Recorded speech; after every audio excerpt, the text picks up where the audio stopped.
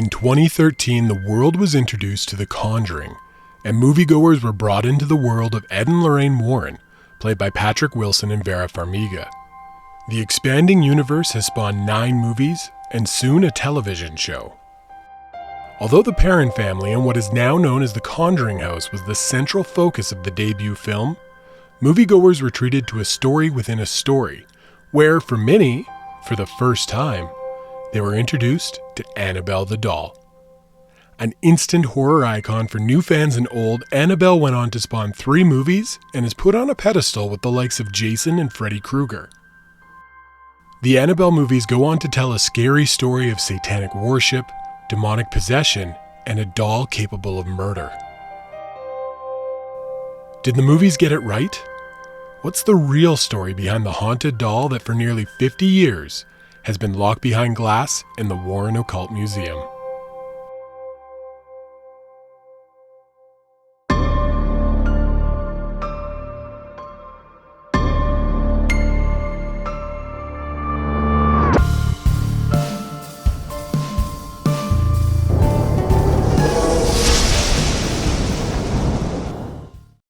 Ed and Lorraine Warren were world-renowned for their involvement with the paranormal. Lorraine was a clairvoyant who could see spirits and energies, as well as a medium allowing her to connect with the spirit world. Whereas Ed was a paranormal researcher and demonologist, one of the few non-priests recognized by the Catholic Church with that distinction. It may seem obvious now their impact on paranormal research and involvement with high-profile cases, but they weren't always world famous. In fact, it wasn't until 1974 when they became involved in a haunting in Amityville, New York, that they soon became a household name. But together the Warrens in 1952 formed the New England Society for Psychic Research, which continues today under the leadership of their son-in-law, Tony Spera. Before the Amityville horror, there was Annabelle, an alleged haunted doll which terrified 2 young nurses before becoming part of Ed and Lorraine's collection.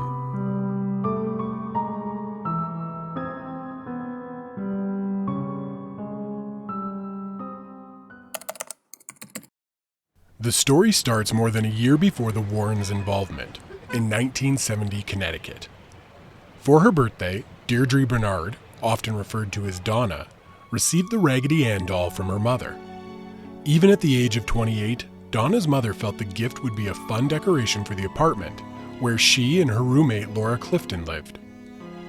Donna loved her Raggedy Ann, often taking the doll to bed with her. In the morning, before leaving to go to work, she would place her on her freshly made bed with the arms to the side and its feet straight out. Donna, along with her roommate Laura, were nurses who would leave home together and return together in the evening. After a week or so, Donna began to notice the doll had shifted positions during the day. At first, she thought nothing of it, but made mention to Laura. Each day when they returned home, the two would check to see what position the doll was in now. Often, they found the doll with its arms and legs in different positions. Each morning, Donna would make the bed and leave the doll as she had the day before, and every evening, the doll would move, often crossing its legs at the ankles or with arms folded in her lap. The roommates grew suspicious. It wasn't long before more unusual activity started. One evening, they returned home to find the Raggedy Ann doll in a chair by the front door. Laura described the doll as kneeling, but found when trying to replicate it, the doll would not kneel on its own. Oftentimes, they would find the doll on the couch, even though it had been behind Donna's closed bedroom door when they left in the morning. Was it someone playing a trick on them? Perhaps it was Laura's fiancé, Cal Randall, who was known to stay with Laura more nights than not. So together, Donna and Laura set up traps around their apartment. Marks on the windows and doors, rugs arranged in a way that if anyone did come in, they would leave a trace. But no trace was left. As if the doll moving on its own and changing rooms wasn't enough, Donna and Laura began to come home to notes, which looked like they were written by a child with pencil on parchment paper. Nowhere in the apartment was there parchment paper nor pencils that could be used to create the notes. On the notes would be the words, "Help us," or "Help Cal." Unsure who "us" was referring to, and certain Cal wasn't in any danger at the time, there would be one more creepy incident that would push the two to get help. One evening, when returning home from work, the pair checked on the doll, which had remained behind Donna's door and seemingly in the same position it was left. Upon inspection, on the back of the doll's hand was what appeared to be blood, along with 3 droplets on its chest. It had been 6 weeks or so since Donna received the doll as a gift, and both Donna and Laura had begun to get worried that the gift may be more than what they bargained for. They decided it was time to bring in outside help, in the form of a medium. The medium came to the girls' apartment and immediately got to work. In no time, she revealed that there had been a little girl, no more than 7, who had been killed where the apartment now stood. The little girl's name was Annabelle. Annabelle Higgins. The little girl told the medium that she once played in the fields where the apartment now stands, and it reminded her of happy times. Annabelle went on to explain that everyone around was grown up and too concerned with their jobs. She had no one to relate to, except Donna and Laura. The girls were shocked at the details the medium was able to relate to them. The medium continued explaining that since Donna and Laura were the only ones who could understand her, she started moving the doll and leaving notes to catch their attention. Annabelle then asked if she could stay and live in the doll. Feeling like they were out of options, Donna and Laura said yes.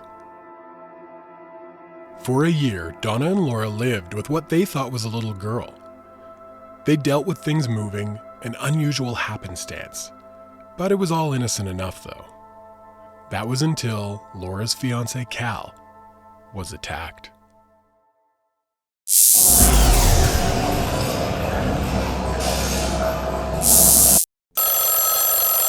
The phone rang at the Warrens' house. On the other end was a somber-toned clergyman. He was calling from the church office in Connecticut on the instructions of the minister. Oftentimes, the Warrens became involved in cases at the recommendation of the church. Paranormal matters are a sensitive topic, and at the sake of ruining their credibility, the church would ask Ed to investigate first to see if the church should get involved. In this case, Donna and Laura had reached out to Father Kevins, who upon learning of the attack on Cal, referred the case to someone higher up in the clergy, Father Everett. Ed trusted the assessment which had been made, and he and Lorraine drove an hour to the low-rise apartment complex where the nurses lived. The Warrens knocked on the door and were greeted by Donna, who brought the pair in and introduced them to Laura and Cal. After recanting the story of Annabelle, the girls turned to Cal and said, "Tell them about your dreams." Cal took a deep breath. "That thing gives me bad dreams. What I'm going to tell you is not a dream as far as I'm concerned, because I somehow saw this happen to me."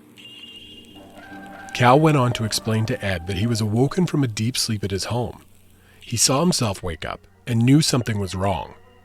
He surveyed the room, but nothing was out of place.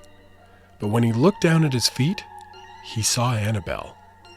It slowly glided up his body, moving towards his chest, and then it stopped. The doll put its arms out and put a hand on either side of his neck, as if it was trying to make an electrical connection. Cal then watched in terror as he saw himself being strangled. Try as he might, he couldn't get the doll to stop or get off his chest. He was being strangled to death and couldn't help himself. Ed said, "Yes, the priest I spoke with said you'd been physically attacked." "No, that happened here, in this apartment." He and Laura had been alone when around 11 p.m. they heard sounds coming from Donna's bedroom. When the noises stopped, Cal made his way to Donna's room. He turned on the light in the hall before entering. There was nothing there, except the doll, which had appeared to be thrown on the floor. He approached Annabelle slowly and cautiously, but immediately felt like there was someone behind him. He turned, doubling over suddenly, yelling and grabbing at his chest. When Laura found him, he was cut and bleeding. She pulled him from the room and tore open his shirt, revealing what looked like claw marks. In total, Cal had 7 cuts, 3 scratched vertically and 4 horizontal, remarkably, all of which healed quite quickly. Was it the spirit of the girl, Annabelle? Or was this something darker? Ed believed that human spirits were incapable of such phenomena. This was intelligent activity which saw the doll teleport, leave notes on parchment. Even the 3 drops of blood were significant, not to mention the scratches Cal endured. What Laura and Donna inadvertently did was bring the activity on themselves by giving the spirit credence and welcoming it to take over Annabelle and live in their home. Ed believed this entity to be demonic, and that it wasn't the doll who was possessed, rather the girls for welcoming it in. The girls wasted no time and found a new apartment to lease. Unfortunately, that won't work, remarked Ed. You're not dealing with a haunted home, you're dealing with an inhuman demonic spirit, which isn't known to harm humans unless provoked or welcomed. And that is exactly what happened. Demons don't possess things, they possess people. In this case, the Raggedy Ann doll was being manipulated by the demon to give the impression it was moving. What happened to Cal was something that was bound to happen to any of them, but Cal in particular was skeptical and didn't buy it for a second, which posed a threat to the demon, and when the strangling failed, it clawed him with a symbolic mark known to the demonologists. Lorraine was able to confirm the presence of a demon in the apartment, and soon after, Ed contacted Father Everett to perform a sort of exorcism. The priest wasn't familiar with demonology, but relied on what information the Warrens provided to confirm the existence of the demonic entity. They had 2 options in front of them. They could test the demon with religious provocation, or Father Everett could recite the exorcism blessing. Electing the blessing, Father Everett went room after room reciting the lengthy 7-page Episcopal prayer. The exorcism blessing, rather than focusing on expelling the evil energy, focuses on positivity and filling the home with the even more powerful energy, the power of God. Before leaving, as an extra precaution, Donna asked the Warrens to take the doll with them. Ed and Lorraine obliged and placed the doll in the backseat of their car, electing to stay off the interstate, in the event that the demonic had not successfully detached itself from the doll. They were right, and found themselves in a fight for their lives on the drive home, often finding the car to stall as it approached curves in the road, causing the power steering and brakes to fail. At the 3rd attempt, Ed reached into his black bag, revealing a vial of holy water, sprinkling it on the doll and making the sign of the cross. The activity immediately stopped and the Warrens made it home safely. Unfortunately for the Warrens, the activity didn't subside for long. Ed sat the doll in a chair in his office, and for the first few days he found it levitating. Later, the Warrens would return home to find the doll resting comfortably in an easy chair in their living room, as well as being found in other places around the home. Ed even claimed that the doll came with an attachment, in the form of a black cat, who would appear, make the rounds of Ed's office, taking particular notice of the many books on the shelves, then returning to the doll's side, dematerializing from the head down. It seemed anyone who came in contact with the doll was in danger. A priest that Ed often worked with remarked that the doll can't hurt anyone. Ed warned the priest that wasn't wise, and even Lorraine warned the priest to drive safely when he went home. Not an hour later, the priest called the Warrens, shaken as his brakes failed and he nearly ended in a fatal traffic accident. Police, contractors, and even the Warrens' cat Marcy were all terrified of the doll. Fearing for everybody, the Warrens placed the doll in a special glass case and moved her into their museum. Although closed in 2019 due to a zoning issue, Annabelle remains locked away in the Warren Occult Museum, perhaps waiting for her next victim.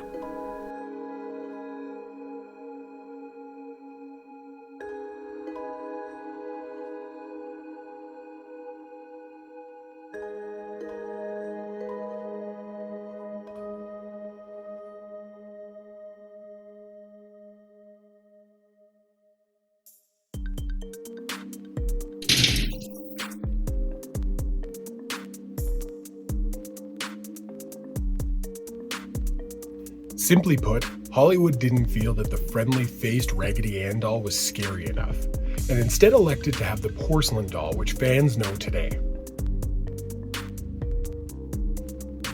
Through all my research, I haven't been able to confirm that Ed Warren actually knew the name of the demon that was possessing Annabelle.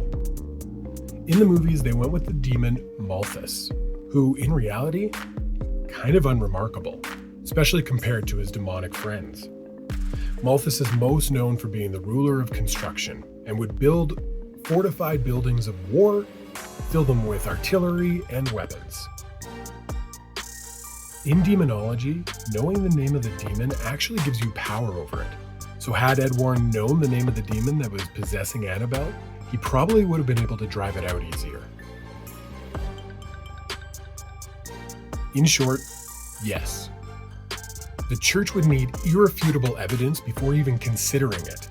Then it would go to the bishop and so on and so forth until it eventually hit the Vatican.